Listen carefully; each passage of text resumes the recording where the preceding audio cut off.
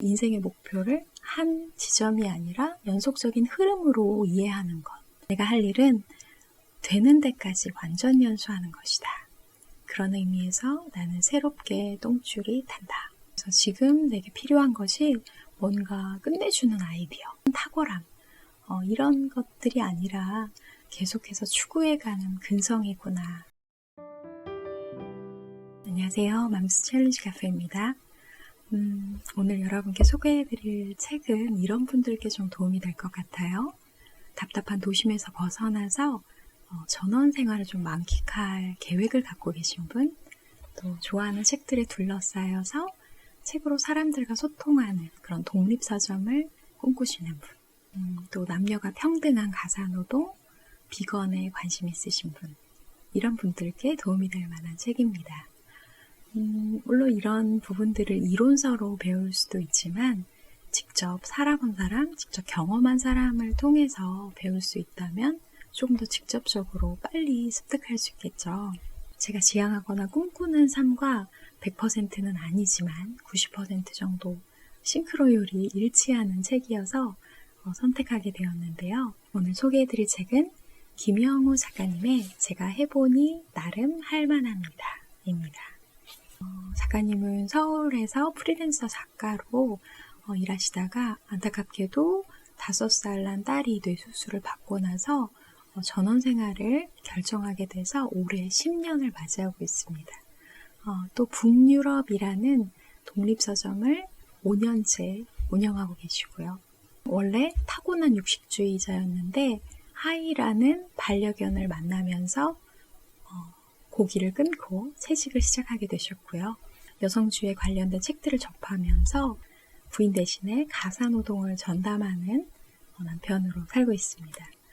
정말 누구를 만나고 어떤 책을 만나느냐에 따라서 인생이 많이 바뀔 수 있다는 걸 삶으로 보여주시는 분 같죠.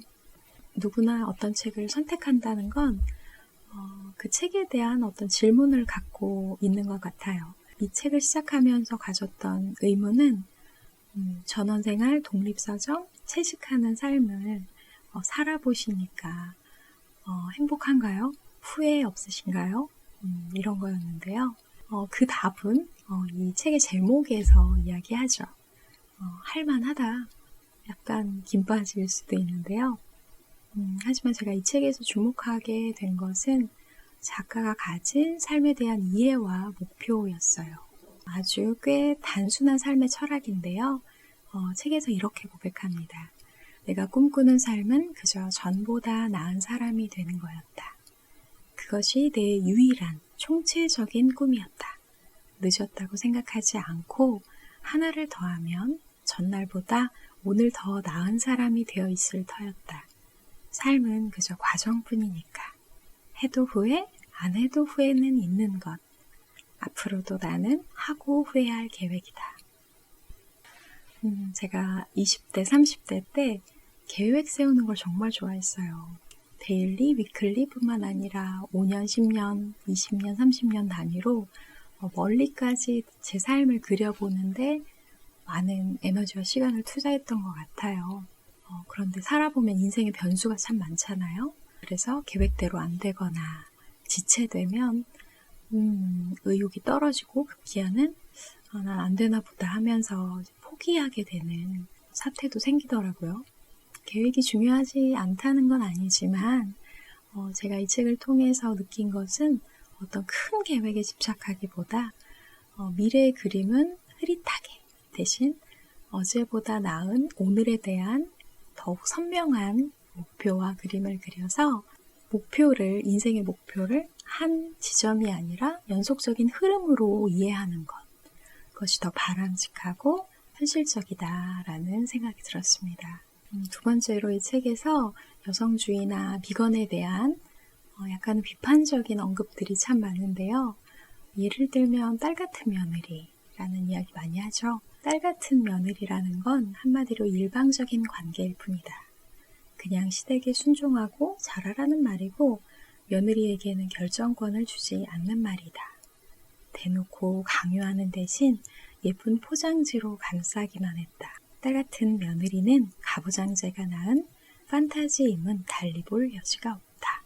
또 비건에 있어서 육식뿐만 아니라 우유나 계란 생산에 대한 불편한 진실에 대해서도 언급하는데요. 우유를 얻기 위해 암소를 강제로 임신시킨다거나 계란 생산의 도구로서 닭이 평생 하루에 서너 번씩 억지로 알을 낳게 하는 것이 그러하다. 또 처음 알게 된 사실이 목초란이라고 하면 닭들이 좀 풀밭에서 자유롭게 활동하면서 건강한 달걀을 낳는다고 생각하는데 실상은 목초지를 밟을 수 있는 시간은 20분 내외, 그리고 밟을 수 있는 공간도 A4 용지 한 장 정도 크기밖에 되지 않는다고 해요. 이렇게 사회의 주류를 비판하고 동물 또 사회적 약자를 지지하는 작가의 생각이 마냥 시니컬하기보다는 오히려 소수를 향한 애정과 관심으로 읽혀졌어요.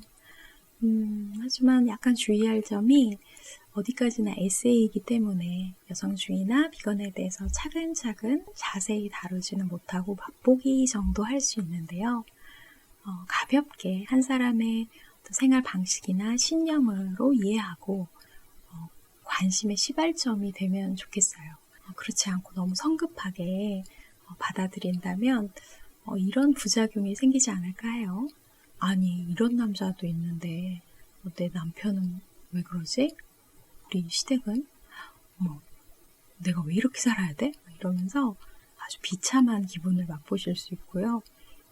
가정의 평화가 깨지는 그런 부작용이 있을 수 있으니까 너무 성급하게 받아들이기보다 여성주의나 비건에 대해서 차근차근 이해할 수 있는 또 다른 독서로 이어지셨으면 좋겠다라는 생각이 들었습니다. 결론적으로 작가는 전원생활, 또 독립서점을 운영하며 사는 것이 결코 유유자적하지 않다. 심지어 똥줄이 탄다 라고까지 고백하는데요. 하지만 성실함이라는 단단한 근육으로 오늘도 후회 없는 삶을 살아가고 있다고 합니다. 굉장히 마음에 닿는 구절이 있었는데요. 같이 나누고 싶어요. 최근 좋아하는 단어 가운데 하나가 완전연소다. 할 수 있는 건 다 해본다는 의미로 이 말을 애착한다. 내가 할 일은 되는 데까지 완전연소하는 것이다. 그런 의미에서 나는 새롭게 똥줄이 탄다. 이 부분을 읽으면서 제가 작년에 앞으로 내 삶에 대한 짧은 시놉시스, 어떤 실행 계획들을 써놓은 게 있었어요. 역시 계획하는 걸 좋아하죠. 계획 중. 그때 그 시놉시스와 계획들을 다시 한번 꺼내서 읽어봤는데요.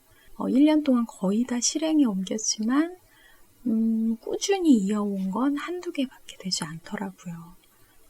그래서 지금 내게 필요한 것이 뭔가 끝내주는 아이디어, 남들보다 아주 뛰어난 탁월함, 이런 것들이 아니라 계속해서 추구해가는 근성이구나.